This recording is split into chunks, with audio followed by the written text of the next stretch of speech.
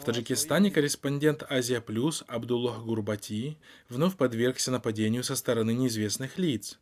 Журналист поехал снимать репортаж о жителях, пострадавших от стихии в Хатлонскую область, в село Уяли.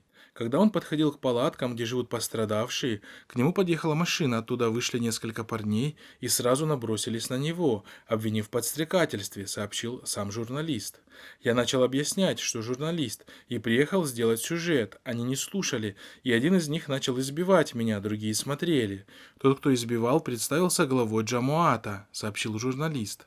В свою очередь, пресс-служба МВД рекомендовала журналисту обратиться в местные правоохранительные органы с заявлением. Напомним, что это уже второе нападение на Абдуллаха Гурбати. 11 мая вечером Абдуллах Гурбати был избит неизвестными в масках возле собственного дома. МВД Таджикистана 15 мая возбудило по факту избиения уголовное дело по статье 237, часть 2 ПБ «Хулиганство» Уголовного кодекса Республики Таджикистан, но причастные к этому преступлению не найдены.